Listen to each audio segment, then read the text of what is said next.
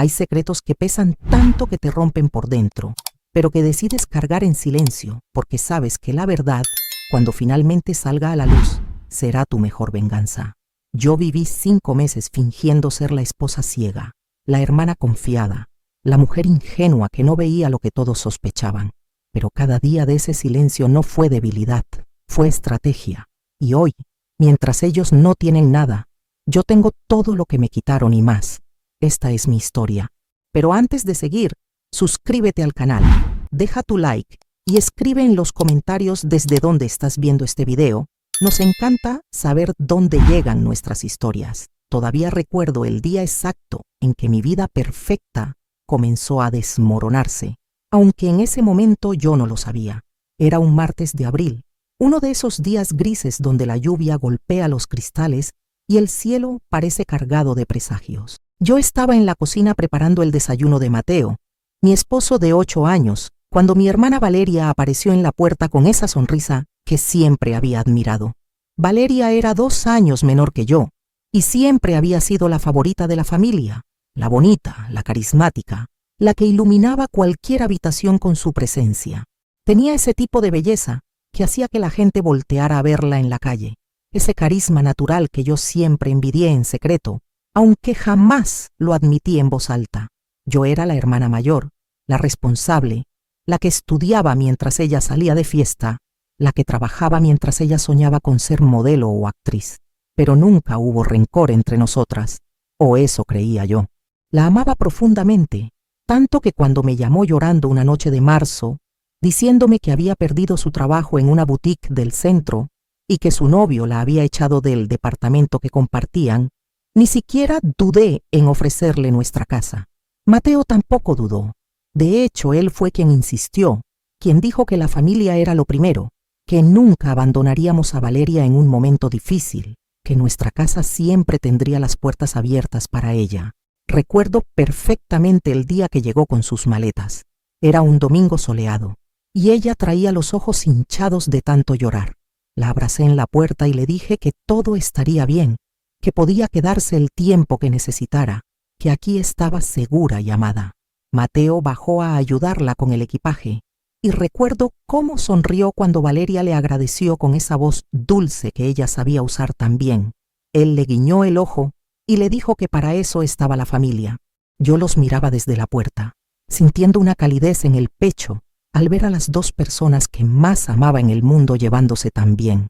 Qué ingenua fui, qué absolutamente ciega estuve ante lo que estaba por venir. Los primeros días fueron hermosos, casi perfectos. Cenábamos los 3 juntos en la mesa del comedor que Mateo y yo habíamos comprado en un mercado de antigüedades durante nuestro 3er aniversario. Veíamos películas en el sofá, compartíamos risas y confidencias mientras bebíamos vino tinto y comíamos palomitas. Valeria me ayudaba con las tareas del hogar, lavaba los platos mientras yo cocinaba, doblaba la ropa mientras yo trabajaba en mi computadora. Mateo llegaba temprano del trabajo, cosa que no había hecho en meses, y siempre traía algo especial para la cena. Una botella de vino, postres de esa pastelería francesa que nos encantaba, flores frescas para decorar la mesa. Yo sentía que mi vida era exactamente como siempre había soñado. Un hogar lleno de amor, una familia unida, un matrimonio sólido que había sobrevivido a los altibajos normales de 8 años juntos. Teníamos planes, Mateo y yo. Queríamos tener hijos pronto. Habíamos hablado de nombres, de cómo decoraríamos el cuarto del bebé, de qué tipo de padres queríamos ser. Queríamos comprar una casa más grande en las afueras de la ciudad, con jardín para que los niños jugaran, con espacio para un estudio donde yo pudiera trabajar. Queríamos viajar a Europa en nuestro 10º aniversario, visitar París, Roma, Barcelona, todos esos lugares que habíamos marcado en un mapa que teníamos colgado en la sala. Él trabajaba como ingeniero civil en una empresa de construcción prestigiosa, ganaba bien, tenía un futuro prometedor con posibilidades de ascenso, y yo era diseñadora gráfica freelance, lo que me permitía trabajar desde casa, manejar mis propios horarios, elegir mis proyectos. Económicamente estábamos más que estables, teníamos ahorros, inversiones, propiedades. Emocionalmente estábamos conectados, o eso creía yo con cada fibra de mi ser. Cada noche, cuando Mateo me abrazaba en la cama y susurraba que yo era el amor de su vida, que no sabría qué hacer sin mí, que envejeceríamos juntos rodeados de nietos, yo cerraba los ojos y agradecía al universo por tanta bendición. Me sentía la mujer más afortunada del mundo. Tenía un esposo que me amaba, una hermana que estaba cerca, un hogar que era mi refugio, un trabajo que me apasionaba. Todo era perfecto. Demasiado perfecto resulta, porque la perfección es solo una ilusión, y las ilusiones siempre terminan rompiéndose de la forma más dolorosa posible. El primer indicio llegó una noche de sábado, 3 semanas después de que Valeria se mudara con nosotros. Yo había salido corriendo a la tienda de la esquina a comprar vino, porque nos habíamos quedado sin una botella para la cena, y olvidé mi teléfono en la mesa de la sala. Cuando regresé apenas 15 minutos después, encontré a Mateo y Valeria en el sofá, sentados tan cerca que sus piernas se tocaban, y había algo en la forma en que sus cabezas estaban inclinadas una hacia la otra, algo en la intimidad de ese momento que me heló la sangre. Ambos se separaron rápidamente cuando escucharon la puerta. Casi saltaron a extremos opuestos del sofá, como si los hubiera sorprendido haciendo algo prohibido. Valeria soltó una risa nerviosa, demasiado aguda, demasiado forzada, y dijo algo sobre una serie que estaban viendo en el teléfono de Mateo, algo sobre un chiste que le había contado. Pero había algo en el aire, una tensión eléctrica que casi podía tocarse, un secreto que flotaba entre ellos como humo invisible. Mateo evitó mi mirada el resto de la noche. Encontraba excusas para levantarse de la mesa, para ir al baño, para revisar su teléfono en la cocina. Valeria tampoco me miraba directamente a los ojos, y cuando lo hacía, había algo extraño en su expresión, algo que no podía descifrar, pero que me inquietaba profundamente. Yo no dije nada esa noche. Serví el vino con manos que temblaban ligeramente, corté el queso en cubos perfectos, sonreí y hablé de mi día como si no hubiera visto nada fuera de lo normal. Pensé que estaba siendo paranoica, que el estrés del trabajo me estaba volviendo suspicaz, que estaba inventando problemas donde no los había. Mateo y Valeria se llevaban bien, eso era todo.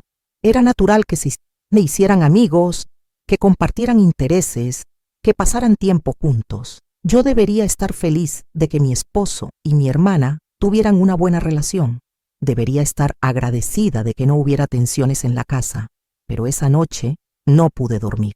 Me quedé mirando el techo de nuestra habitación, escuchando la respiración profunda de Mateo a mi lado, preguntándome si realmente había visto lo que creía haber visto, si realmente había sentido lo que creía haber sentido.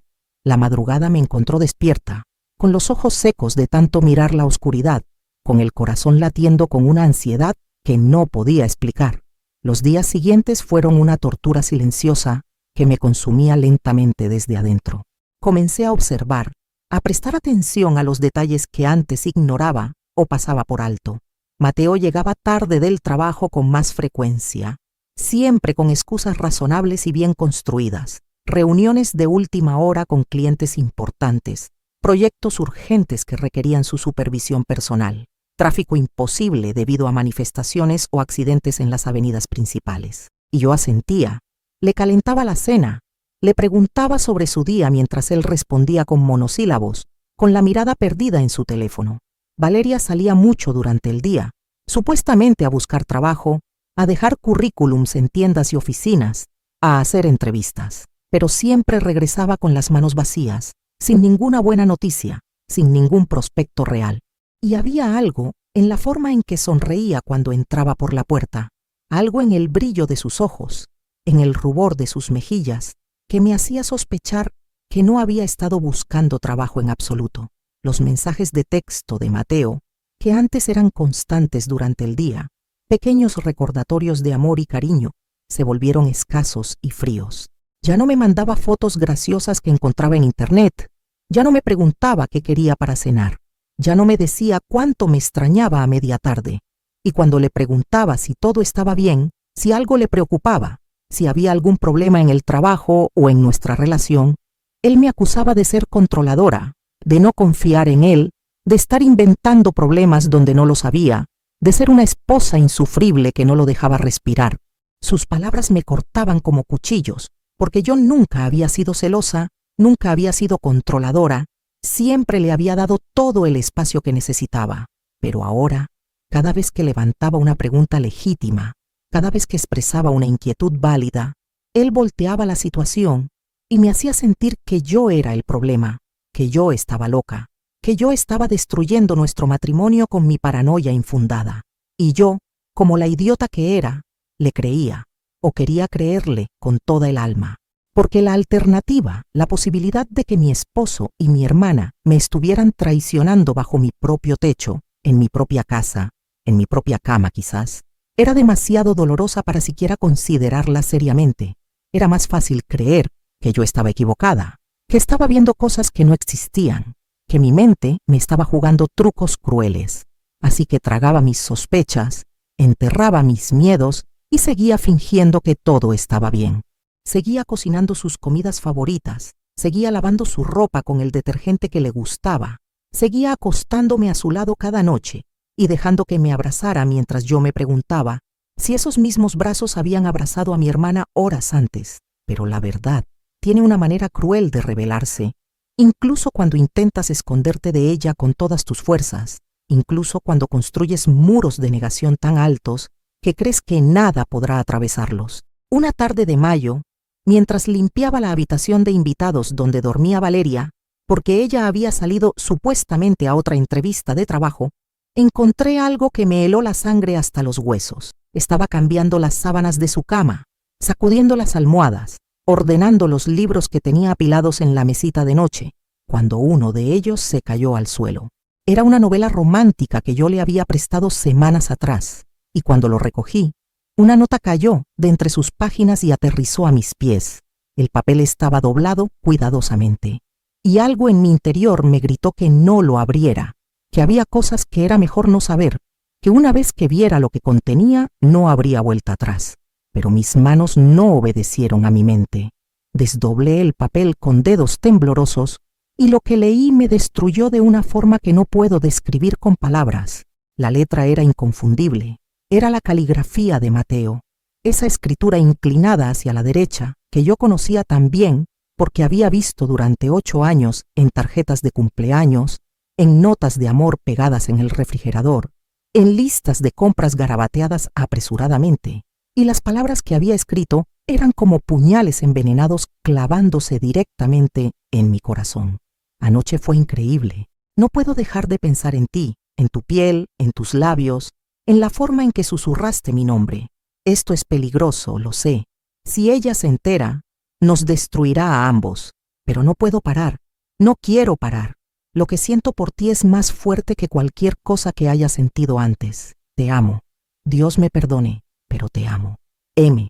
Mis manos temblaron tanto que dejé caer el papel como si me quemara. Mi corazón latía tan fuerte, tan rápido, que pensé que iba a estallar dentro de mi pecho. Leí la nota 1, 2, 3, 4 veces, esperando haber entendido mal, esperando que las palabras cambiaran mágicamente, esperando despertar de esta pesadilla horrible y descubrir que todo había sido un sueño macabro. Pero no lo era. La letra era real. Las palabras eran claras. Mi esposo le estaba diciendo «te amo» a mi hermana. Mi esposo había estado con mi hermana anoche, probablemente mientras yo dormía en nuestra habitación, o tal vez mientras yo trabajaba en mi estudio con los audífonos puestos, ajena a lo que estaba sucediendo a pocos metros de distancia. La traición era tan absoluta, tan completa, tan devastadora, que por un momento no pude respirar. El aire no entraba a mis pulmones. La habitación giraba a mi alrededor. Las paredes se cerraban sobre mí. Me senté en el suelo de esa habitación, el papel todavía en mis manos, y lloré. Lloré como no había llorado en años, tal vez nunca en mi vida adulta. Lloré en silencio, con sollozos que sacudían todo mi cuerpo pero que no hacían ruido, porque no quería que nadie me escuchara. No quería que nadie supiera que mi mundo acababa de colapsar. Lloré por la traición de Mateo, por los 8 años que creí que habíamos construido algo sólido y real. Lloré por la traición de Valeria, por todos los momentos de nuestra infancia que ahora estaban manchados por esto, por todas las veces que la había defendido ante nuestros padres, que le había prestado dinero cuando lo necesitaba, que la había consolado después de cada ruptura amorosa, diciéndole que encontraría a alguien que la valorara, sin saber que ella terminaría robándome a la persona que yo más valoraba. Lloré por todas las mentiras, por todas las veces que me habían mirado a los ojos y habían fingido normalidad mientras compartían este secreto sucio y terrible. Pensé en todas las señales que había ignorado, en todos los momentos incómodos que había racionalizado. El día que llegué a casa y encontré a Valeria usando mi perfume favorito, el mismo que Mateo siempre decía que le volvía loco. La noche que Mateo dijo el nombre de Valeria entre sueños y yo, me convencí de que había soñado con algún problema familiar. La tarde que vi un chupetón en el cuello de Valeria, y ella me dijo riendo que había salido con un chico que conoció en un bar, cuando ahora me daba cuenta de que probablemente había sido Mateo quien se lo había hecho. Todas las piezas encajaban de repente en un rompecabezas horrible que formaba una imagen que nunca quise ver. No sé cuánto tiempo estuve sentada en ese suelo. Pudo haber sido 1 hora, pudieron haber sido 3. El sol cambió de posición en el cielo, las sombras se movieron por la habitación, y yo permanecí inmóvil, abrazando mis rodillas, con las lágrimas secándose en mis mejillas. Y fue en algún momento de ese dolor insoportable, en algún punto entre la desesperación y la aceptación, que algo cambió dentro de mí. Algo se endureció, se solidificó, se transformó.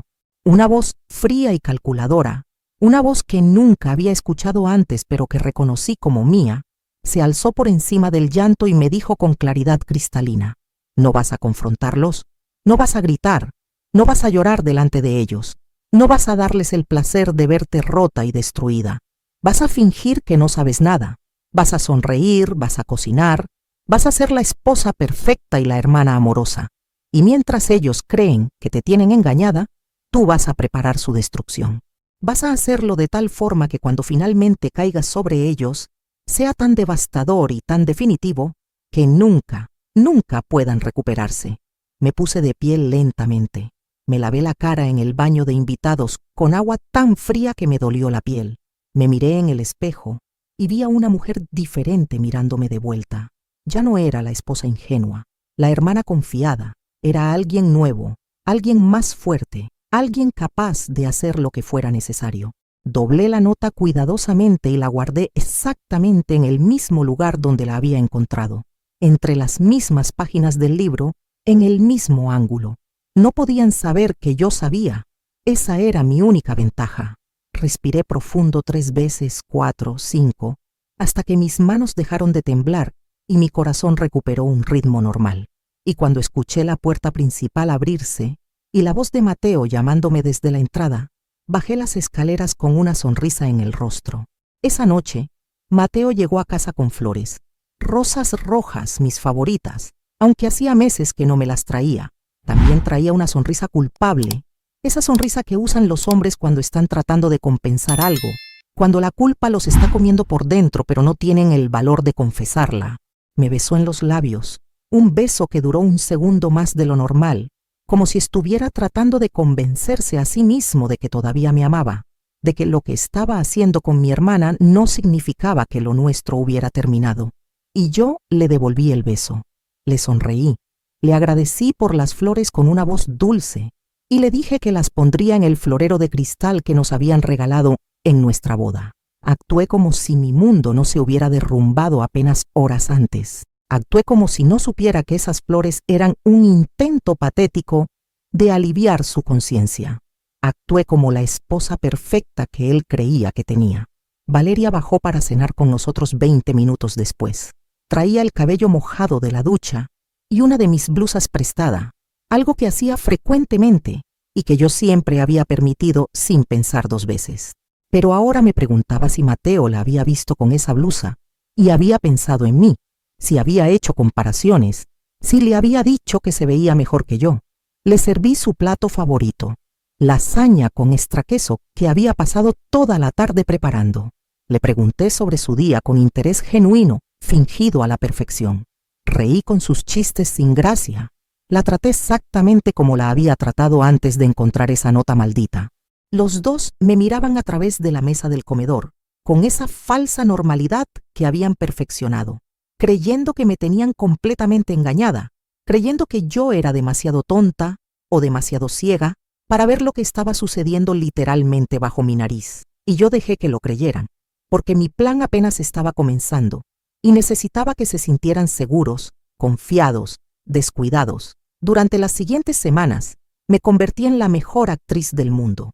Merecía un Oscar por la interpretación que di día tras día, comida tras comida, noche tras noche. Seguí siendo la esposa amorosa que preparaba el desayuno de Mateo exactamente como le gustaba, con los huevos revueltos cremosos y el café fuerte con 2 cucharadas de azúcar. Seguí siendo la hermana comprensiva que escuchaba los supuestos problemas laborales de Valeria, que le daba consejos sobre entrevistas de trabajo que yo sabía que nunca existieron, que la consolaba cuando fingía estar triste o frustrada. Seguí siendo la mujer confiada que no revisaba el teléfono de su esposo, que no hacía preguntas incómodas, que no mostraba celos o sospecha, pero en secreto, en la privacidad de mi mente y en los momentos en que estaba sola, comencé a mover mis piezas con la precisión de un maestro de ajedrez. Lo primero que hice fue investigar todo sobre nuestras finanzas con un detalle minucioso. Mateo y yo teníamos una cuenta bancaria conjunta, donde depositábamos ambos nuestros ingresos y de donde pagábamos todas las cuentas del hogar. Pero también teníamos propiedades a nombre de ambos. El departamento de 3 habitaciones donde vivíamos, que habíamos comprado hace 4 años con el enganche que mis padres nos habían regalado como regalo de bodas. Un pequeño local comercial en el centro de la ciudad que rentábamos a una cafetería y que nos daba un ingreso pasivo mensual considerable.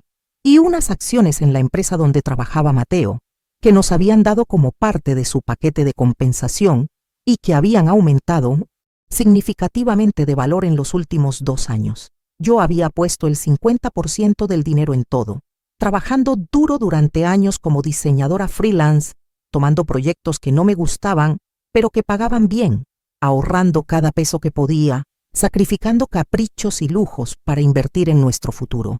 Pero sabía perfectamente que si me divorciaba ahora, sin pruebas sólidas e irrefutables de la infidelidad de Mateo, todo se dividiría equitativamente según las leyes matrimoniales de nuestro país. Él se quedaría con la mitad de todo, la mitad del valor del departamento, la mitad de las ganancias del local comercial, la mitad del valor de las acciones. Y eso no era suficiente para mí.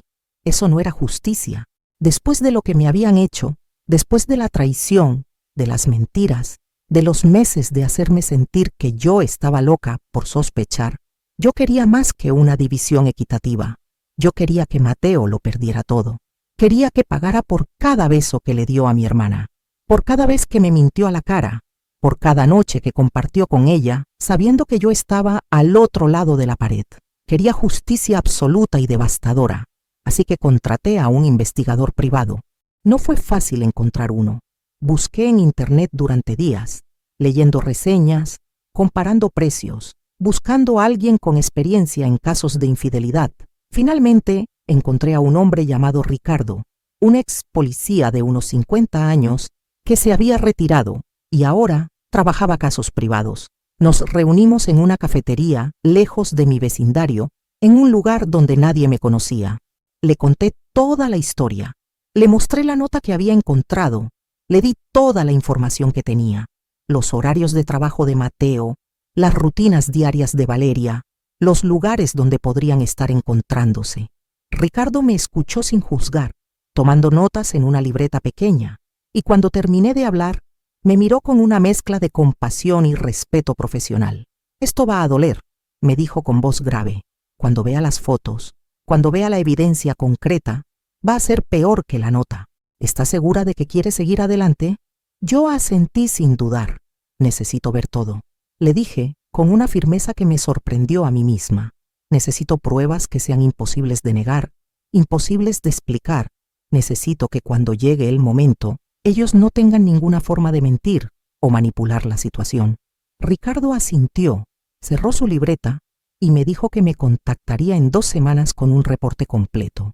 Le pagué en efectivo, un adelanto considerable que saqué de una cuenta de ahorros personal que Mateo no conocía, y salí de esa cafetería sintiendo una extraña mezcla de náusea y determinación. Esas 2 semanas fueron las más largas y tortuosas de mi vida. Cada día que pasaba me preguntaba qué estaría descubriendo Ricardo, qué estaría documentando, qué horrores estaría capturando en fotografías que pronto vería. Pero mantuve mi actuación perfecta. Seguí cocinando, limpiando, trabajando, sonriendo. Seguí acostándome junto a Mateo cada noche, dejando que me abrazara, dejando que me dijera que me amaba con esa voz suave que ahora sabía que era completamente falsa. Seguí conversando con Valeria en las mañanas mientras tomábamos café. Seguí prestándole mi ropa, mi maquillaje, mi tiempo, y ellos no sospecharon nada. Siguieron con su romance secreto, volviéndose cada vez más descuidados, cada vez más confiados en que yo nunca me enteraría. Cuando Ricardo finalmente me llamó para entregarme el reporte, nos encontramos en el mismo lugar. Me entregó un sobre manila grueso, pesado con el peso de la verdad que contenía. Le advertí que esto iba a doler, me recordó antes de que lo abriera. Las imágenes son explícitas. Si necesita un momento puedo esperar afuera. Pero yo negué con la cabeza. Necesitaba verlas ahora. Necesitaba enfrentar la realidad completa de su traición. Abrí el sobre con manos sorprendentemente firmes y saqué las fotografías una por una. Las primeras imágenes eran de ellos en un café del centro, sentados muy cerca, tomados de la mano sobre la mesa.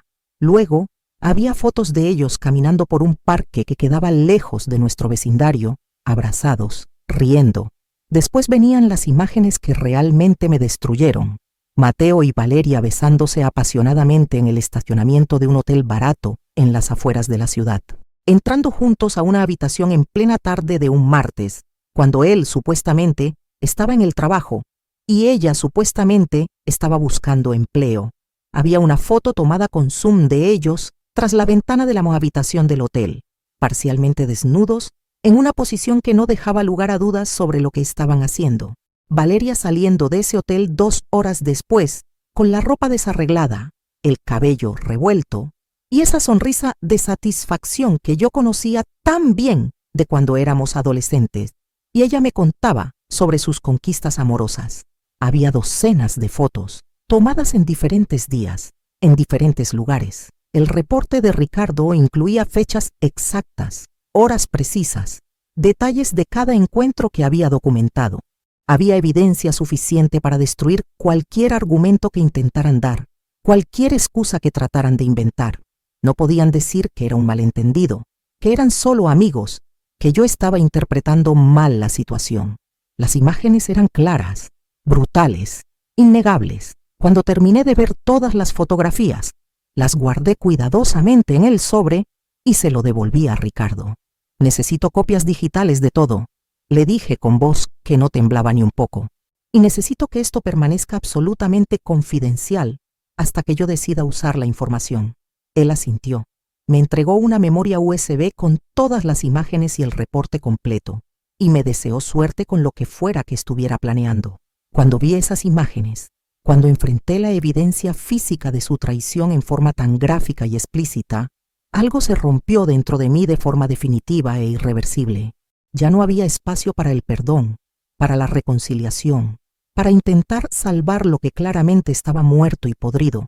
Ya no había vuelta atrás. Ya no había posibilidad de fingir que esto no había sucedido o que podríamos superarlo con terapia de pareja y buenas intenciones. Mateo y Valeria habían elegido traicionarme de la forma más profunda y dolorosa posible, y ahora yo iba a elegir destruirlos completamente, pero no hice nada inmediatamente. Esa era la parte más difícil, la que requería más control y disciplina. Guardé las pruebas en una caja fuerte que había comprado y que escondí en mi estudio, detrás de unos libros de diseño que Mateo nunca tocaba, y seguí fingiendo. Seguí con mi vida normal como si no acabara de ver a mi esposo haciendo el amor con mi hermana en una habitación de hotel barato. Seguí cocinando, lavando, trabajando, sonriendo. La actuación se volvió más fácil con el tiempo, porque mi dolor se había transformado en algo frío y calculado. Ya no lloraba por las noches. Ya no sentía ese nudo en el estómago cada vez que los veía juntos. Había trascendido el dolor y había llegado a un lugar de claridad absoluta, donde solo existía mi plan y mi determinación de ejecutarlo a la perfección. Mateo comenzó a ser más descuidado, más obvio con su aventura. Supongo que mi silencio lo hizo sentirse seguro, invencible. Llegaba a casa con el cabello revuelto de forma sospechosa, oliendo a un perfume que no era el mío. Una vez llegó con una marca de labial en el cuello, un tono rosa que yo nunca usaba, pero que era exactamente el color favorito de Valeria. Intentó ocultarlo con la camisa, pero yo lo vi. Y no dije nada. Solo sonreí y le pregunté cómo había estado su día en el trabajo. Valeria también se volvió más atrevida. Me abrazaba y me decía que yo era la mejor hermana del mundo, que no sabía qué haría sin mí, que me amaba muchísimo. Sus ojos brillaban con la culpa y la excitación de lo prohibido, con el morbo de estar traicionándome justo delante de mis narices. Y yo le devolvía el abrazo, le decía que yo también la amaba, que siempre estaríamos juntas. Les daba toda la confianza que necesitaban para sentirse seguros en su engaño, para bajar completamente la guardia. Porque una presa confiada y descuidada es mucho más fácil de cazar y destruir. En paralelo a mantener esta fachada perfecta, comencé a mover dinero estratégicamente, lentamente, sin que Mateo lo notara porque él nunca revisaba los estados de cuenta con detenimiento. Fui transfiriendo fondos de nuestra cuenta conjunta a una cuenta personal que había abierto en otro banco con mi nombre de soltera. No todo el dinero, porque eso habría sido demasiado obvio y habría levantado alarmas inmediatas, pero sí cantidades considerables cada semana. Justificaba los movimientos como pagos a proveedores para mis proyectos de diseño, como inversiones en equipo nuevo, como gastos operativos de mi negocio freelance. Mateo firmaba todo lo que le ponía delante sin leer, confiando ciegamente en mí, porque yo siempre había manejado nuestras finanzas domésticas de forma impecable. También hablé con un abogado especializado en divorcios, uno con reputación de ser absolutamente implacable en la defensa de sus clientes. Su nombre era Doctora Patricia Ruiz y tenía un despacho elegante en el distrito financiero de la ciudad. Cuando entré a su oficina y le conté mi historia, cuando le mostré las fotografías y el reporte del investigador privado, sus ojos se iluminaron con la energía de alguien que sabía exactamente cómo ganar este caso. Con estas pruebas, me dijo mientras revisaba cada imagen meticulosamente, usted puede quedarse con absolutamente todo: el departamento, el local comercial, las acciones. Todo estará a su nombre porque la infidelidad de su esposo con un miembro de su familia directa es considerada una de las traiciones más graves según la jurisprudencia de divorcios en nuestro país. Esto no solo invalida cualquier reclamo que él pueda hacer sobre división equitativa de bienes, sino que además podría enfrentar sanciones adicionales por daño moral y psicológico. La doctora Ruiz me explicó cada detalle del proceso legal que vendría, cada paso que tendríamos que tomar, cada documento que necesitaríamos presentar. Me habló sobre cómo la infidelidad comprobada con evidencia fotográfica tan clara y contundente me daba una ventaja legal casi invencible. Me explicó que además, Valeria no tenía ningún derecho legal sobre nada de nuestro patrimonio, porque nunca había contribuido económicamente, porque su estancia en nuestra casa había sido temporal y basada en caridad familiar, porque legalmente ella era solo una invitada sin ningún reclamo posible. Su hermana, me dijo la abogada con una mezcla de desprecio profesional y satisfacción estratégica, fue simplemente una invitada que traicionó su hospitalidad de la peor manera imaginable. No tiene ningún recurso legal. Cuando todo esto salga a la luz, ella se quedará exactamente con lo que trajo. Nada. Escuchar eso me dio una satisfacción oscura pero profunda. No era solo venganza lo que buscaba, aunque no voy a mentir y decir que la venganza no jugaba un papel importante en mis motivaciones. Era justicia, era recuperar lo que era mío, lo que había trabajado tanto para construir, lo que ellos habían intentado robarme no solo en términos materiales, sino también emocionales, psicológicos, espirituales. La doctora Ruiz preparó todos los documentos de divorcio, todos los papeles legales necesarios, y los guardó listos para ser presentados en el momento exacto que yo decidiera. Me dijo que cuando llegara el momento, todo se movería muy rápido, que el sistema legal favorecía claramente mi posición, que en cuestión de semanas tendría sentencias preliminares a mi favor.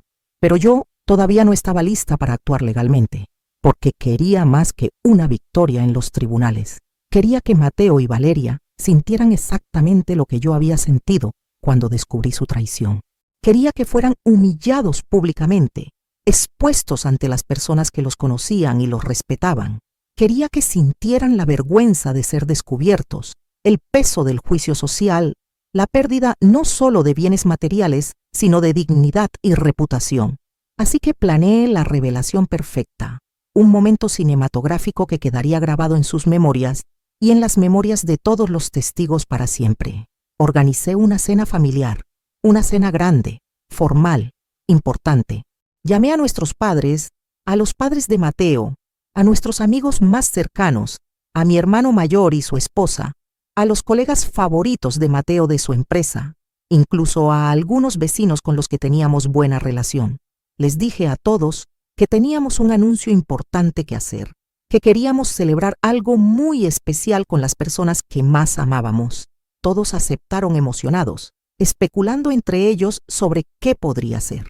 Muchos pensaban que íbamos a anunciar un embarazo, algo que Mateo y yo habíamos estado posponiendo, pero que todos sabían que queríamos. Otros pensaban que quizás habíamos comprado la casa más grande que siempre hablábamos de comprar. Nadie, absolutamente nadie, sospechaba lo que realmente estaba por venir. Mateo me preguntó varias veces qué estaba planeando, por qué había organizado esta cena tan elaborada. Le dije con la sonrisa más dulce y convincente que pude fabricar que era una sorpresa, que confiara en mí, que sería una noche inolvidable, y técnicamente no estaba mintiendo. Definitivamente sería una noche que ninguno de los presentes olvidaría jamás. Él sonrió, me besó la frente con ese afecto falso que yo ahora reconocía perfectamente, y me dijo que yo era la mejor esposa del mundo, que no sabía qué había hecho para merecerme. La ironía de sus palabras casi me hace reír en su cara, pero mantuve la compostura. Valeria también estaba emocionada con la cena. Me ayudó a planear el menú, a decorar la casa, a elegir el vino. Jugaba su papel de hermana solidaria y amorosa, con la misma maestría con que yo jugaba mi papel de esposa engañada pero ignorante. Pasé 2 días cocinando para esa cena. Preparé cada platillo con esmero meticuloso, como si fuera mi última obra maestra culinaria. Hice el cordero, que a los padres de Mateo les encantaba, la ensalada especial que mi madre siempre pedía, los postres franceses que habíamos servido en nuestra boda. Decoré la casa con flores frescas en cada rincón, con velas aromáticas que llenaban el ambiente de un aroma acogedor, con música suave de jazz sonando de fondo. Puse la mesa con nuestra vajilla de porcelana fina, la que solo usábamos en ocasiones muy especiales, con copas de cristal que brillaban bajo la luz del candelabro. Todo lucía perfecto, elegante, festivo. Era el escenario ideal para lo que estaba por venir. La noche de la cena finalmente llegó. Todos comenzaron a llegar puntuales a las 7 de la noche, elegantes y felices, trayendo vino y flores y chocolates como es costumbre en nuestra cultura. Mi madre llevaba su mejor vestido y sus perlas heredadas. El padre de Mateo vestía traje y corbata, algo que raramente hacía. Nuestros amigos llegaron con sus mejores galas, claramente esperando una ocasión verdaderamente especial. Valeria bajó las escaleras usando un vestido rojo ajustado que realzaba cada curva de su cuerpo, con maquillaje impecable que resaltaba sus ojos verdes y sus labios carnosos. Se veía hermosa, radiante, confiada. Mateo vestía el traje gris oscuro que yo le había regalado en nuestro último aniversario, con una corbata azul que yo había elegido porque hacía resaltar sus ojos. Se veía guapo, exitoso, como el esposo perfecto que todos creían que era. Los dos se veían radiantes, confiados, enamorados incluso, aunque intentaban disimular esa química evidente entre ellos delante de todos los invitados. Yo los observaba desde la cocina mientras terminaba de servir los últimos platillos y de llenar las copas de vino. Y una calma extraña me invadió. No sentía nervios, no sentía miedo, no sentía dudas. Solo sentía una determinación fría y absoluta. Era el momento. Después de 5 meses de silencio, de fingir, de tragar dolor como si fuera mi alimento diario, de actuar como la esposa ciega y la hermana ingenua, finalmente iba a liberar la verdad. Iba a detonar la bomba que había estado preparando meticulosamente durante todo este tiempo. Y cuando el humo se disipara, ellos estarían destruidos y yo estaría libre. Cuando todos estuvieron sentados a la mesa del comedor, que había extendido con las tablas adicionales para acomodar a 20 personas, cuando los platos estuvieron servidos y las copas estuvieron llenas, me puse de pie en mi lugar a la cabecera de la mesa y alcé mi copa de vino. El murmullo de conversaciones se fue apagando gradualmente hasta que reinó un silencio expectante. Todos me miraban con sonrisas, esperando el anuncio feliz, la buena noticia que habían venido a celebrar. Quiero agradecer a todos por venir esta noche. Comencé con voz firme y clara, que no dejaba entrever ninguna emoción. Como saben, Mateo y yo hemos estado juntos por 8 años maravillosos, 8 años de amor, de confianza, de construir una vida juntos piedra por piedra. Y Valeria, mi querida hermana menor, la miré directamente mientras decía esto, y vi cómo algo en mi tono la alertaba, cómo su sonrisa se congelaba ligeramente. Ha estado viviendo con nosotros estos últimos meses, siendo parte de nuestro hogar, de nuestra familia, de nuestra vida diaria más íntima. Todos seguían sonriendo, asintiendo, esperando el giro positivo de mi discurso. Valeria me miraba ahora con nerviosismo apenas disimulado, como si algo primitivo en su instinto le advirtiera del peligro inminente. Mateo bebía su vino tranquilamente, totalmente ajeno a lo que estaba por caer sobre él como un martillo. Pero esta noche, continué, y mi voz se volvió más dura, más fría. No vamos a celebrar amor, no vamos a celebrar familia, no vamos a celebrar confianza. Esta noche vamos a celebrar algo mucho más valioso y mucho más raro, la verdad. Porque después de meses de vivir sumergida en la mentira más absoluta y dolorosa, creo que todos ustedes, las personas que más amo y respeto en este mundo, merecen saber quiénes son realmente las personas que tienen sentadas a su mesa en este momento. El silencio se volvió denso, pesado, incómodo. Las sonrisas comenzaron a desvanecerse. Mi madre frunció el ceño confundida.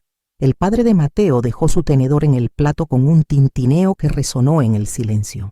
Los invitados se miraban entre sí sin entender qué estaba sucediendo. Durante los últimos 5 meses, dije, con voz que no temblaba ni un milímetro, clara y fuerte como una campana, mi esposo y mi hermana han estado manteniendo un romance. Han estado acostándose juntos, bajo mi techo, posiblemente en mi cama, mientras yo trabajaba, mientras yo confiaba sin reservas, mientras yo amaba sin condiciones a ambos. Ellos me traicionaban de la forma más cruel y despreciable imaginable. El efecto de mis palabras fue como dejar caer una granada en medio de la mesa. Valeria se puso pálida como un fantasma, toda la sangre drenándose de su rostro. Mateo dejó caer su copa, derramando vino tinto sobre el mantel blanco como si fuera sangre. El líquido se extendió lentamente, manchando la tela inmaculada, creando un charco carmesí que parecía apropiadamente simbólico. Eso no es cierto, balbuceó él con una voz débil que carecía totalmente de convicción, que sonaba falsa incluso a sus propios oídos. Cállate, Mateo, le ordené con una frialdad que yo misma no reconocí, una autoridad que nunca había usado con él antes. Ya no tienes derecho a hablar en esta casa. Tu tiempo de mentir y manipular terminó ahora mismo. Saqué un sobre manila grueso de debajo de mi silla, donde lo había escondido cuidadosamente antes de que llegaran los invitados. Lo sostuve en alto para que todos lo vieran antes de arrojarlo sobre la mesa, con un movimiento dramático pero calculado. Las fotografías se desparramaron como naipes malditos, deslizándose sobre el mantel, aterrizando entre los platos de comida, cayendo sobre las copas de vino. Imágenes de Mateo y Valeria besándose apasionadamente, abrazándose en la calle, entrando tomados de la mano a ese hotel barato, medio desnudos tras la ventana de la habitación. Docenas de fotografías, cada una más condenatoria que la anterior, cada una más explícita y devastadora. Las caras de nuestras familias y amigos se transformaron en máscaras de horror y disgusto. Mi madre comenzó a llorar silenciosamente, lágrimas corriendo por sus mejillas mientras miraba las fotografías, y luego a Valeria con una expresión de absoluta decepción. Mi padre, usualmente tan tranquilo y medido en sus reacciones, Se puso de pie abruptamente con su silla cayendo hacia atrás. La madre de Mateo se levantó también, caminó hacia su hijo con pasos decididos y le dio una bofetada que resonó en todo el comedor como un disparo. «¿Cómo pudiste?», le gritó con una voz rota por la indignación y la vergüenza. «¿Cómo pudiste hacerle esto a tu esposa, a tu familia? ¿Cómo pudiste caer tan bajo?». Valeria intentó levantarse de su silla, intentó huir de la habitación y de todas las miradas acusadoras, pero yo me moví rápidamente y le bloqueé el paso. «Siéntate», le ordené con una autoridad que hizo que obedeciera automáticamente. «Todavía no he terminado con ustedes. Sabía de su traición desde hace 5 meses. Confesé ante todos los presentes, disfrutando de ver cómo la realización de lo que había hecho se reflejaba en los rostros horrorizados de Mateo y Valeria. Encontré pruebas, contraté investigadores privados, recopilé evidencia fotográfica y documental, pero no dije nada. ¿Saben por qué guardé silencio durante tanto tiempo? Porque quería asegurarme de que cuando finalmente actuara, cuando finalmente los expusiera ante el mundo, fuera de una manera tan completa y tan definitiva que nunca, jamás pudieran recuperarse. Quería destruirlos como ellos intentaron destruirme. Quería que sintieran exactamente lo que yo sentí. Me volteé a mirar directamente a Mateo, quien tenía lágrimas corriendo por su rostro, quien temblaba visiblemente. «Mateo, mañana a primera hora recibirás los papeles de divorcio entregados por un oficial judicial. El departamento donde vivimos, el local comercial que rentamos, las acciones que compramos juntos, absolutamente todo quedará a mi nombre, porque tu infidelidad con un miembro directo de mi familia invalida cualquier y todo reclamo que puedas intentar hacer sobre división equitativa de bienes. Mis abogados ya revisaron cada detalle legal. No tienes ninguna oportunidad. 0. Vas a perderlo todo». Mateo se levantó tambaleándose, como si estuviera borracho aunque solo había bebido una copa de vino, intentando articular palabras de disculpa o explicación, pero yo continué hablando sin darle ningún espacio ni oportunidad. «Y Valeria», me volteé hacia mi hermana, quien sollozaba ahora sin control, con rímel corriendo por sus mejillas como ríos negros. Querida hermana que jugaba a las muñecas conmigo cuando éramos niñas, que compartió mi habitación durante años, a quien defendí siempre ante todos, a quien amé incondicionalmente. Tienes exactamente 24 horas para sacar todas tus pertenencias de mi casa. Después de ese plazo, cualquier cosa tuya que quede será llevada directamente a la basura donde pertenece. Y si alguna vez intentas contactarme, acércate a mí o pronunciar mi nombre, presentaré cargos por acoso. ¿Quedó claro? Mi padre, un hombre generalmente silencioso y reservado, que raramente expresaba emociones fuertes, miró a Valeria con una decepción tan profunda y dolorosa que ella comenzó a sollozar aún más fuerte. «No tienes perdón», le dijo él con voz quebrada pero firme, con una frialdad que nunca había usado con ninguna de sus hijas. «No ante Dios, no ante esta familia, no ante tu hermana, no ante mí ni ante tu madre. Has roto algo sagrado que nunca podrá repararse. Has traicionado la sangre que compartimos. Desde este momento ya no eres mi hija».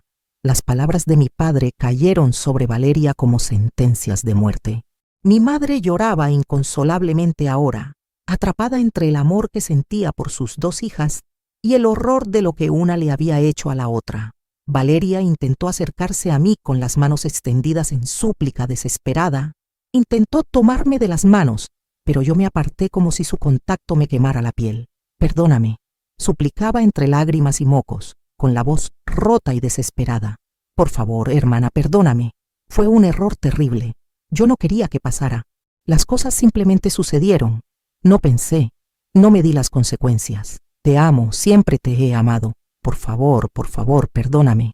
Me reí entonces, una risa amarga y sin ningún humor, una risa que sonaba casi como un sollozo. «Las cosas simplemente sucedieron. Las cosas simplemente sucedieron, Valeria». «No, querida hermana, las cosas no simplemente suceden. Las decisiones se toman. Ustedes decidieron traicionarme. Decidieron mentirme a la cara cada día durante 5 meses. Decidieron hacer el amor probablemente en la habitación de al lado mientras yo trabajaba. Decidieron reírse de mí en secreto, pensando que yo era demasiado estúpida para darme cuenta. Cada beso fue una decisión. Cada encuentro secreto fue una decisión. Cada mentira fue una decisión. Y ahora yo también tomo una decisión.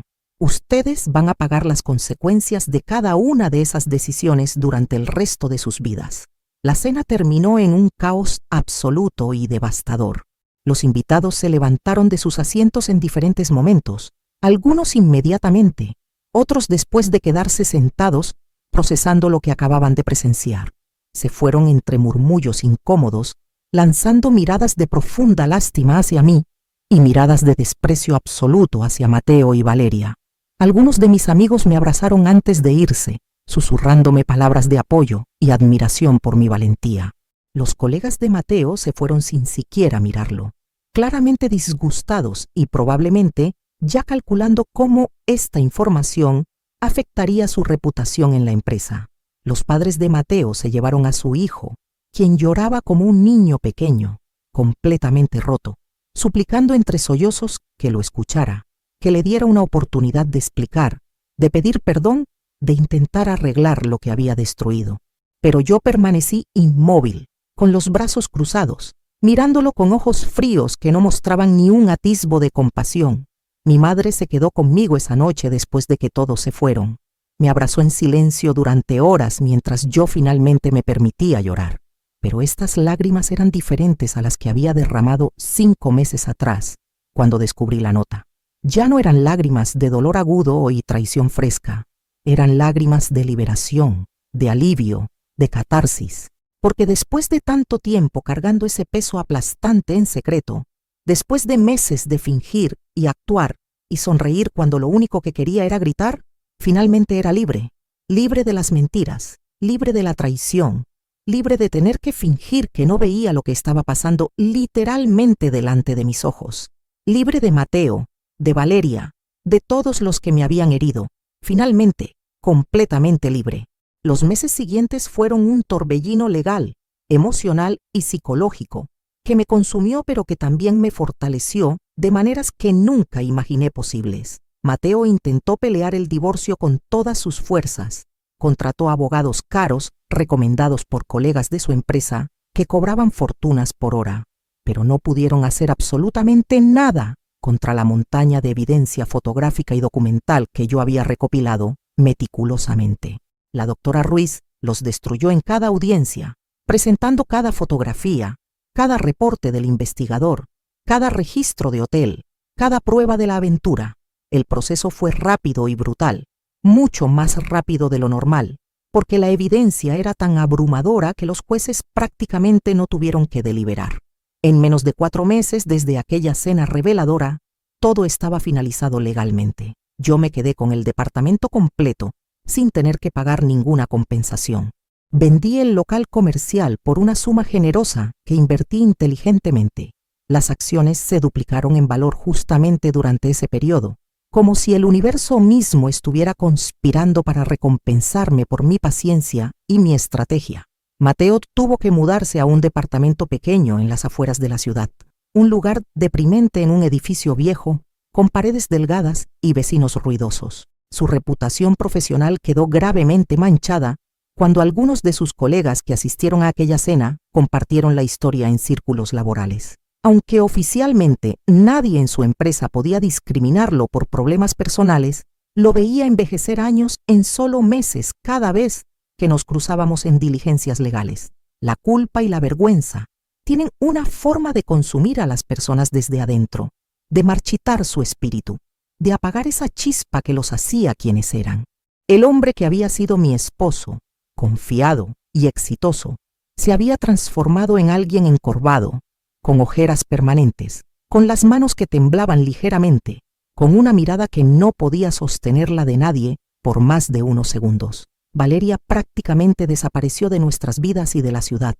Mis padres le dejaron absolutamente claro que ya no era bienvenida en ninguna reunión familiar, que su traición había roto irrevocablemente los lazos de sangre que alguna vez la protegieron. Mi hermano mayor, quien siempre había sido cercano a Valeria, dejó de contestar sus llamadas.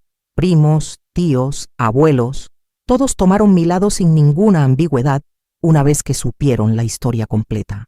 Escuché por terceros, por conocidos mutuos que ocasionalmente la veían, que se había mudado a otra ciudad a 4 horas de distancia, que trabajaba en empleos temporales mal pagados, que vivía en un cuarto rentado en una zona peligrosa, que estaba sola y visiblemente arrepentida, que había perdido peso, que se veía siempre triste y consumida por el remordimiento. Parte de mí, una parte muy pequeña pero todavía existente, sentía lástima por ella, porque a pesar de todo, a pesar de la traición imperdonable, ella seguía siendo la niña con quien compartí mi infancia, con quien jugué durante años, con quien reí y lloré y crecí. Seguía siendo la hermana que alguna vez amé incondicionalmente, con quien soñé que envejeceríamos juntas, que sería la tía favorita de mis futuros hijos, que estaría a mi lado en todos los momentos importantes de mi vida. Pero otra parte de mí, la parte que había sido traicionada en lo más profundo de mi ser, la parte que cargó ese dolor en silencio durante 5 meses interminables, sabía con absoluta certeza que algunas heridas son demasiado profundas para sanar, que algunos actos son demasiado crueles para merecer perdón, que algunas traiciones rompen los lazos familiares de forma tan completa que nunca pueden repararse. No importa cuánto tiempo pase o cuántas lágrimas de arrepentimiento se derramen. Yo, por mi parte, florecí de maneras que nunca habría imaginado posibles durante los meses más oscuros. Usé el dinero considerable de la venta del local comercial para expandir significativamente mi negocio de diseño gráfico. Renté una oficina pequeña pero moderna en el centro de la ciudad. Contraté 2 empleados talentosos que compartían mi visión creativa. Conseguí contratos con clientes corporativos importantes que pagaban muy bien. Mi trabajo se convirtió en mi pasión renovada y mi mejor terapia. Cada proyecto exitoso, cada cliente satisfecho, cada diseño que creaba era una prueba viviente de que yo no necesitaba a Mateo para ser exitosa profesionalmente, que yo no necesitaba a Valeria para sentirme amada y valiosa. Mi identidad y mi valor nunca habían dependido de ellos, aunque durante el dolor de la traición a veces lo había olvidado. Me rodeé de amigos verdaderos, de personas que me valoraban genuinamente, que celebraban mis triunfos sin envidia y me sostenían en mis momentos más bajos sin juzgarme. Descubrí quiénes eran realmente las personas importantes en mi vida, quiénes se habían mantenido leales cuando todo explotó, quiénes me habían defendido cuando otros murmuraban. Comencé terapia psicológica con una profesional excepcional que me ayudó a procesar el trauma profundo de la traición, a aprender a confiar nuevamente en las personas sin ser ingenua, a reconstruir mi autoestima que Mateo y Valeria habían intentado destruir con sus acciones. Aprendí que la traición dice mucho más sobre los traidores que sobre la persona traicionada, que yo no había hecho nada para merecer lo que me hicieron, que su incapacidad de ser leales y honestos era un defecto en su carácter, no en el mío. 1 año después de aquella cena reveladora que cambió todo, estaba en una cafetería del centro revisando propuestas de nuevos clientes cuando un hombre se acercó a mi mesa. Era alto, tal vez 1,85 m, de ojos verdes penetrantes y sonrisa amable que iluminaba su rostro. Vestía casual pero elegante, con jeans oscuros y una camisa de lino azul claro. «Disculpa», me dijo con voz cálida. «¿Te importaría si comparto la mesa? El lugar está completamente lleno y no veo otra opción». Miré alrededor y efectivamente la cafetería estaba abarrotada, así que asentí y le indiqué la silla frente a mí. Su nombre era Daniel, descubrí pronto. Era arquitecto especializado en diseño sustentable y había regresado recientemente a la ciudad después de vivir 5 años en España, trabajando en proyectos de renovación urbana ecológica. Comenzamos a conversar de forma natural y fluida. Hablamos sobre trabajo, sobre las diferencias entre la arquitectura europea y latinoamericana, sobre diseño y estética. Hablamos sobre viajes, sobre las ciudades que habíamos visitado y las que soñábamos visitar. Hablamos sobre libros, descubriendo que compartíamos varios autores favoritos. Hablamos sobre la vida, sobre filosofía amateur, sobre qué hace que una vida valga la pena ser vivida. Las horas pasaron sin que nos diéramos cuenta, y cuando finalmente miré mi reloj, descubrí con sorpresa que habían transcurrido 4 horas desde que él se había sentado. No le conté mi historia esa tarde, por supuesto. No mencioné nada sobre Mateo, sobre Valeria, sobre la traición, sobre los 5 meses de silencio estratégico. Eso era demasiado pesado, demasiado íntimo para compartir con un extraño, sin importar cuán agradable fuera la conversación. Nos vimos nuevamente la semana siguiente y luego la siguiente. Los encuentros casuales en cafeterías se convirtieron en cenas planeadas en restaurantes. Las conversaciones se volvieron más profundas, más personales. Y eventualmente, cuando la confianza se construyó lentamente pero sólidamente entre nosotros durante varios meses, cuando sentí que podía ser vulnerable sin ser juzgada, le revelé toda mi historia. Le conté sobre el matrimonio de 8 años, sobre la hermana que se mudó a mi casa, sobre la nota que encontré, sobre los 5 meses de fingir ignorancia mientras recopilaba pruebas, sobre la cena de revelación devastadora, sobre el divorcio brutal, sobre todo. Esperaba ver juicio en sus ojos verdes, o tal vez miedo ante mi capacidad de ser tan calculadora y paciente en mi venganza. Esperaba que retrocediera, que me viera como alguien fría o cruel, que decidiera que yo tenía demasiado equipaje emocional. Pero en cambio, Daniel me tomó de la mano suavemente a través de la mesa del restaurante donde estábamos cenando, y me dijo con absoluta convicción: eso no fue venganza, fue justicia. Y el hecho de que hayas tenido la fortaleza mental y emocional de esperar, de planear estratégicamente, de no colapsar en el momento del descubrimiento cuando la mayoría de las personas habrían explotado, habla de una fuerza interior y una inteligencia emocional que muy pocas personas poseen. Hiciste exactamente lo correcto. Te respeto profundamente por eso. Sus palabras me liberaron de una culpa que ni siquiera sabía completamente que estaba cargando en algún rincón oscuro de mi conciencia. Porque durante meses, a pesar de saber racionalmente que había hecho lo correcto, me había preguntado en momentos de debilidad si había sido demasiado cruel, si había ido demasiado lejos con la revelación pública, si debería haber sido más piadosa, si el perdón habría sido la respuesta más madura y evolucionada. Pero Daniel me hizo ver con claridad que el perdón no significa olvidar ni permitir que te pisoteen, que la justicia no es lo mismo que la venganza mezquina. Yo simplemente había reclamado lo que legítimamente era mío, había expuesto una verdad que merecía ser conocida, y había dejado que las consecuencias naturales de las acciones de Mateo y Valeria cayeran sobre ellos sin interferencia ni misericordia que no merecían. Daniel y yo comenzamos una relación, pero fue completamente diferente a todo lo que había experimentado antes. Fue lenta, deliberada, sin prisas ni presiones. No hubo promesas vacías ni declaraciones grandilocuentes de amor eterno en las primeras semanas. Construimos algo sólido, basado en honestidad radical y absoluta, en respeto mutuo genuino, en amor que se ganaba y se renovaba consciente y activamente día a día. Él conoció todas mis heridas y cicatrices emocionales y no intentó arreglarme como si fuera algo roto que necesitaba reparación. Entendió profundamente que yo no estaba destruida ni dañada irreparablemente. Había sido traicionada, sí, de la peor forma posible. Había sido lastimada profundamente, innegablemente, pero no había sido vencida ni quebrada. Había sobrevivido y había emergido más fuerte. Y juntos construimos una vida nueva, donde la confianza no era ciega e ingenua, sino consciente, informada y elegida activamente cada día. Han pasado 3 años completos desde aquella cena que dividió mi vida en un antes y un después. 3 años desde que revelé la verdad que había guardado en silencio durante 5 meses que parecieron eternos. A veces, no frecuentemente pero ocasionalmente, me encuentro con Mateo por casualidad en la calle o en algún establecimiento de la ciudad, y cada vez él baja la mirada inmediatamente, incapaz de sostener mi mirada directa ni por un segundo. He escuchado a través de conocidos mutuales que sigue solo, que ninguna relación romántica le ha funcionado desde entonces, porque las mujeres eventualmente descubren su historia y lo dejan, que carga el peso de su traición como una marca permanente, invisible, pero absolutamente real. Ya no siento alegría ni satisfacción por su sufrimiento continuo, pero tampoco siento pena ni compasión.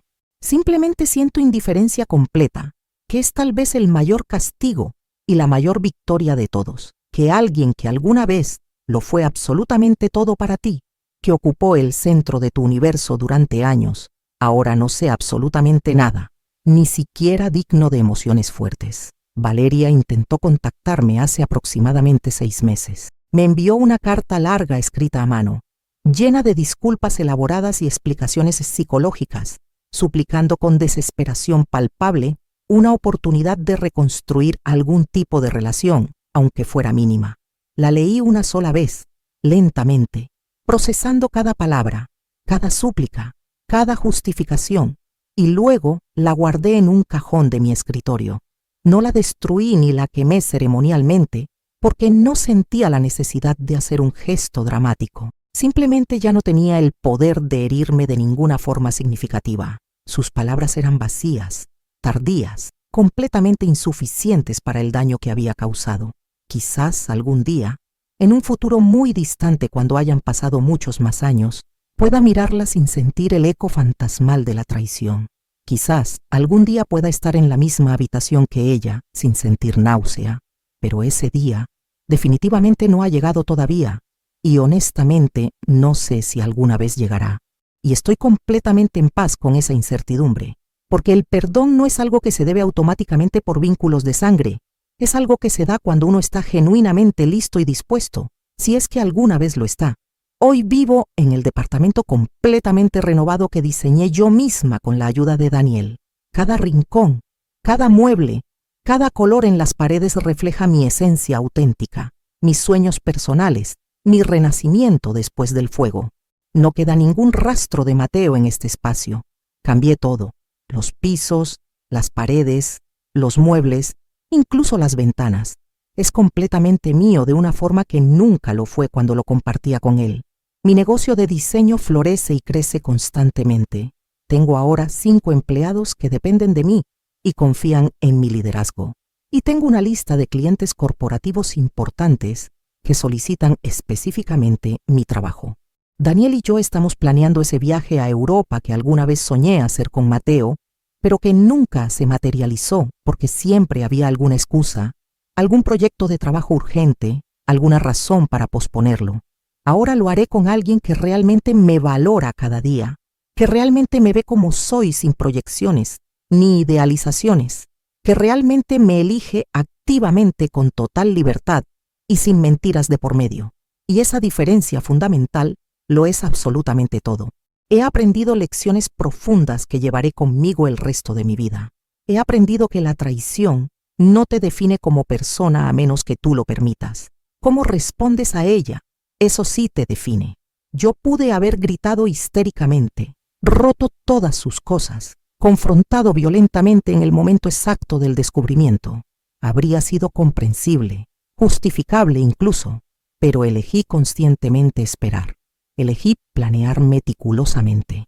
Elegí asegurarme de que cuando finalmente actuara, fuera tan devastador y tan definitivo que no quedara ninguna duda, ninguna ambigüedad, ninguna oportunidad para que ellos manipularan la narrativa o se victimizaran.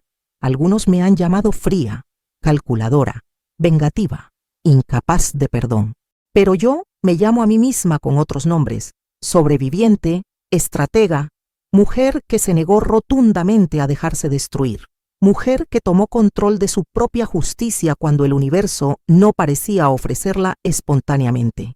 Porque en esos 5 meses interminables de silencio, mientras Mateo y Valeria creían confiadamente que me tenían completamente engañada, que yo era demasiado ingenua o demasiado ciega para ver su romance flagrante, yo estaba construyendo silenciosamente mi escape perfecto, mi justicia meticulosa, mi futuro sin ellos. Cada día que sonreí mientras mi corazón sangraba fue un día más de recopilar evidencia. Cada noche que dejé que Mateo me abrazara, mientras probablemente olía a mi hermana, fue una noche más de fortalecer mi resolución. Cada conversación amigable con Valeria fue una oportunidad más de observar y confirmar mis sospechas. No fue tiempo perdido, fue tiempo invertido en mi liberación eventual.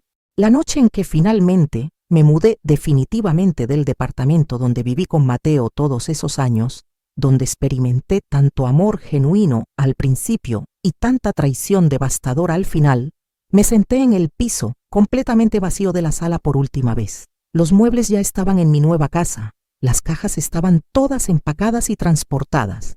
Solo quedaba yo en ese espacio resonante y vacío que ya no guardaba nada mío.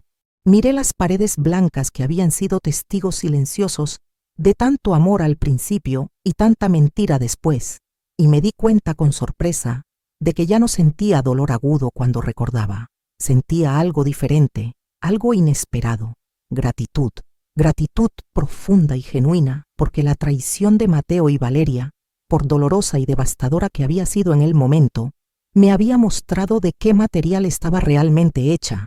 Me había enseñado que soy infinitamente más fuerte de lo que alguna vez creí posible, más valiosa de lo que ellos intentaron hacerme sentir con sus acciones, más capaz de recuperarme y prosperar de lo que jamás imaginé. Me puse de pie lentamente en esa sala vacía. Sacudí el polvo imaginario de mis jeans, tomé las últimas 2 cajas pequeñas que contenían recuerdos que decidí conservar y salí de ese departamento por última vez sin mirar atrás, ni una sola vez. Porque a veces el mejor final de una historia no es el que cierra con reconciliación emotiva y perdón dramático. A veces el mejor final es el que cierra con dignidad intacta, con justicia cumplida, con la cabeza en alto. Y yo me había ganado ambas cosas a pulso. Había fingido no saber cuando era estratégicamente necesario, había esperado en silencio cuando otros habrían explotado inmediatamente, y cuando finalmente llegó el momento perfecto que yo había orquestado cuidadosamente, había actuado con la precisión quirúrgica de un bisturí. Ellos lo perdieron absolutamente todo: su reputación social, el respeto de sus familias, su hogar compartido conmigo, su paz mental y emocional. Y yo lo gané todo: mi libertad completa, mi fuerza renovada, mi futuro brillante y, lo más importante, mi amor propio restaurado y fortificado. Hoy te cuento esta historia larga y compleja, no para que celebres la venganza como un fin en sí misma, sino para que entiendas algo fundamental sobre el poder y la estrategia. El silencio también puede ser poder tremendo cuando se usa correctamente. Esperar pacientemente no es debilidad ni pasividad, es estrategia inteligente. Fingir ignorancia mientras reúnes fuerza y evidencia no te hace cómplice de tu propio engaño, te hace inteligente y calculador en el mejor sentido. Y al final, después de todo el dolor y toda la planificación y toda la espera, la verdad siempre, siempre encuentra inevitablemente la forma de salir a la luz y brillar con claridad implacable. Solo hay que tener la paciencia casi sobrehumana y la valentía extraordinaria de esperar el momento absolutamente correcto para revelarla. Si esta historia te tocó el corazón de alguna manera, si alguna vez has sentido la traición cortante de alguien que amabas con todo tu ser, si has tenido que ser más fuerte de lo que creías posible en tus momentos más oscuros, déjame un comentario aquí abajo. Cuéntame tu historia, tu experiencia, tu proceso, porque todas las historias de dolor y traición merecen ser escuchadas con empatía, y todas las historias de supervivencia y triunfo merecen ser celebradas con admiración. Y si aprendiste algo valioso hoy, si esta historia te hizo sentir que no estás solo en tu dolor o en tu proceso de recuperación, suscríbete a este canal, porque aquí compartimos verdades que duelen profundamente, pero que también eventualmente sanan. Verdades que nos recuerdan que después de la noche más oscura e interminable, siempre sin excepción, llega inevitablemente el amanecer. Y cuando finalmente llega ese amanecer después de la oscuridad, somos más fuertes, más sabios, más libres y más completos de lo que nunca fuimos antes de la traición.